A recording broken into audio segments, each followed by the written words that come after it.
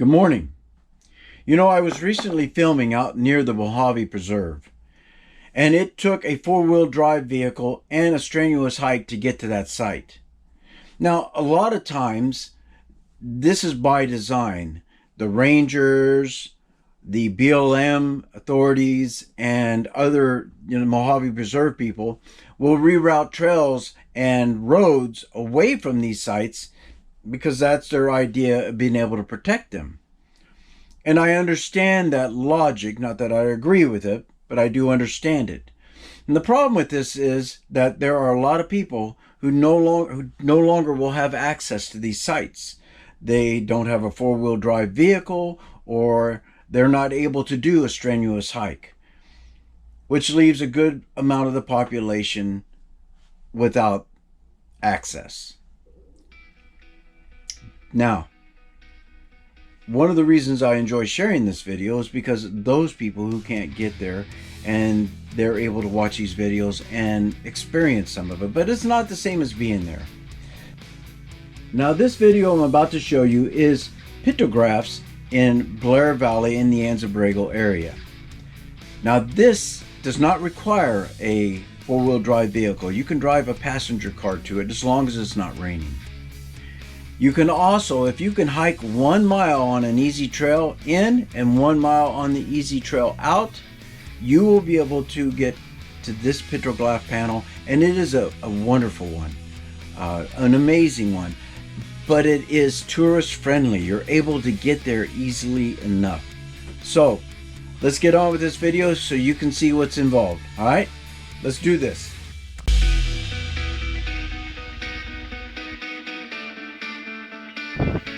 Petroglyphs, 1 mile.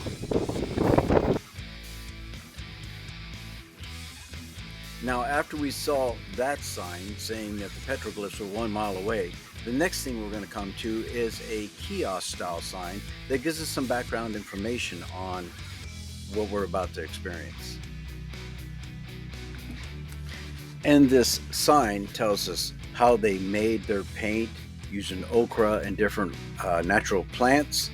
It also gives us a brief history of the Kumeyaay people and what their culture was like, how they prepared some food with roasting pits. The village is not far from here, the actual village in this area where you can find the roasting pits, but today's focus is going to be on the pictographs that we're about to see. The picture to the lower right of the panel is the Shaman's Cave down by Indian Hill. That's not around here, and you do need four-wheel drive and a pretty good hike to get to it. That's coming up on the next video. Hope you stay tuned for that one. But this one here is up on the left corner, the upper left corner, and that's the one we're going to see now. We're walking up the old Shaman's Trail to the petroglyphs, or pictographs. Petroglyphs are rock carvings, pictographs are rock paintings. Both are rock art. It's a well trail, well maintained. Well, it's not maintained, but it's used so much that you can't possibly get lost.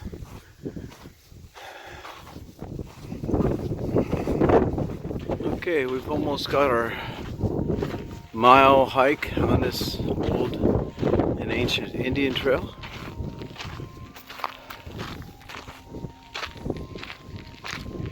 As we descend down into an area, once again, there was water down here at one time, seasonal water if nothing else, and there's some morteros farther down from the actual panel, the art panel, which I'll take you to, but it follows a stream bed. So at one time there was water here, and the water is long since gone. And I explained that in the Ghost Mountain video, how the seismic activity changed the access to water in the land.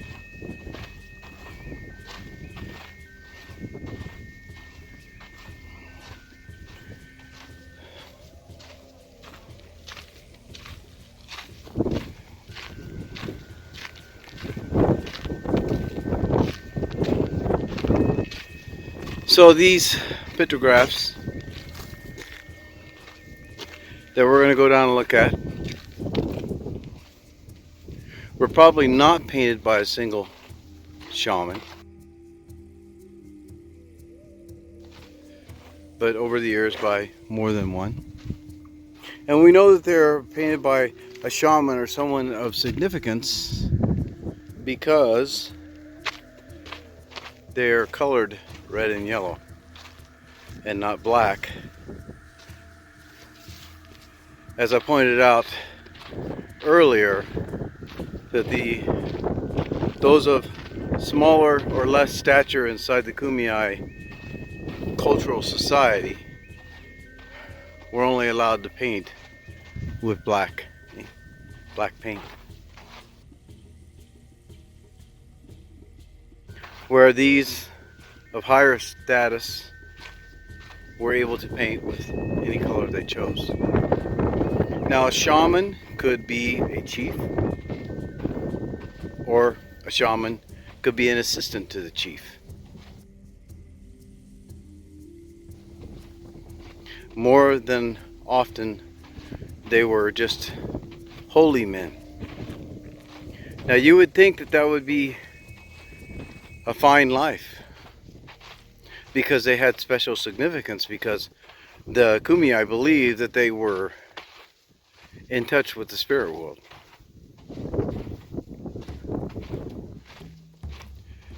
But it was also a dangerous life. For instance, if the enemy were coming and the shaman predicted that they would be victorious in the battle against the enemy, and they were not, and they were defeated, then usually the shaman was seen as a false leader, regardless of how long he had been with them, and is not in touch with the spirit world, and usually they killed or executed or beat the shaman to death. So it was a dangerous career, to say the least.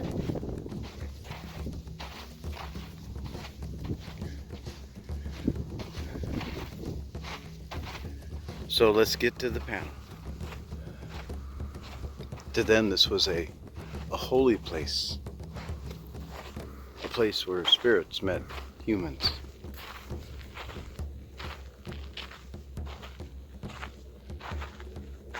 And these figures, these chains, the sun,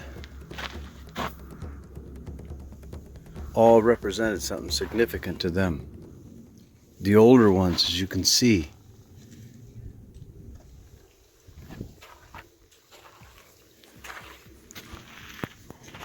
the diamond chains, some say they represent the diamondback snake, which was believed to have special powers. And then this image of someone of significance who is wrapped in a blanket. You can see the headdress, the feathers, and the blanket, the eyes and the nose and the mouth, the feet as he's wrapped up. Someone significant. Now, if you look closely, you're going to see around the red is a yellow paint as well. Throughout all this is yellow paint as well. So as you look at these things, what do you think they represent? Besides the obvious sun.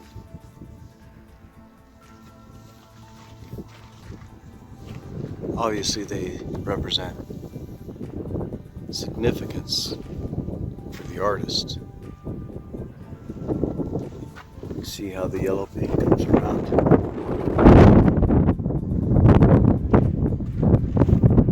Who was this guy? That someone would take the time to paint his portrait on this rock. There's a mortero, a shallow mortero, right there. The pestle is long gone.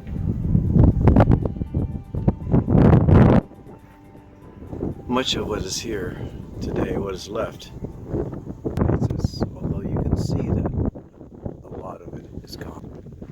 The weather has eroded it, the wind, the water, the snow. people coming and touching it because it is organic. So if you touch it, the oil on your hands starts to break down the organic material and it disappears. But you can see that there was something here at one time and it's gone. Something there, something here. Soon all this will be gone. And people will come here and look at the rock that at one time had pictographs on it. Farther down is some more trails, which we'll walk down there to look at that as well. And then come back and pay homage to this one last time. Now here we can see some slicks. As you can see, one there and one over there. They've been ground down flat.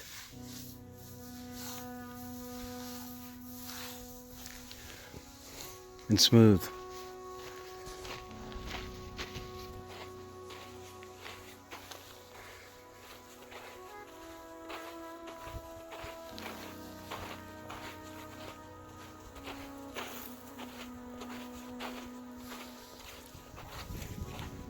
Over here there are more.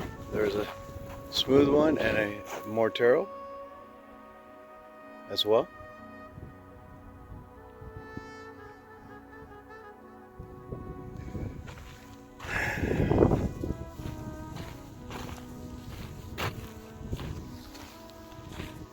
The evidence is here of a peoples long ago at this, what they would consider a holy site. The village did not live here. Even the shamans did not live here. But they would come here during times of need, during times of spiritual quests, much like someone would go to church.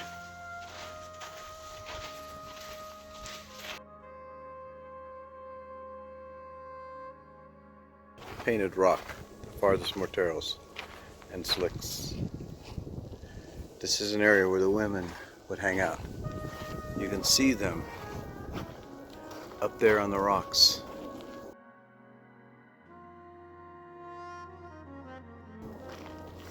As they sat on the rocks, grinding the mill for their families.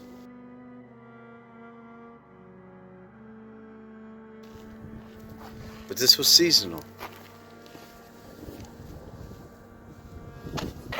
And then only when it was time for them to be here.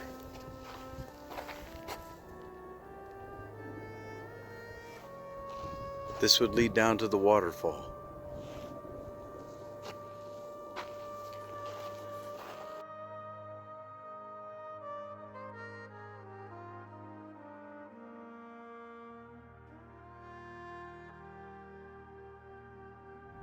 So what can we say? This is a sacred and holy place to these people. So much so that the women stayed down there to make the mills, and that's where they set their camp, or where they lived. But here, this is where they came to meet their spirits.